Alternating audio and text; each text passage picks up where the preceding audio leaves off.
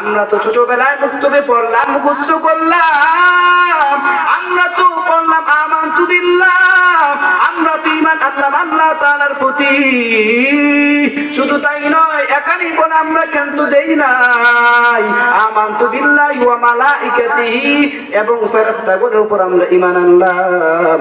আমানতু বিল্লাহি ওয়া মালাইকাতিহি ওয়া কুতুবিহি, আল্লাহ পাক রব্বুল আলামিন যে কিতাব নাযিল করেছেন যুগে যুগে পয়গম্বর সাল্লাল্লাহু আলাইহি সাল্লামের মাধ্যমে, নবীগণের মাধ্যমে, যে আল্লাহ পাক রব্বুল আলামিন যে কিতাব দুনিয়ার জমিনের মধ্যে প্রেরণ করেছেন, আমরা তো ওই কিতাবের উপর ঈমান আনলাম।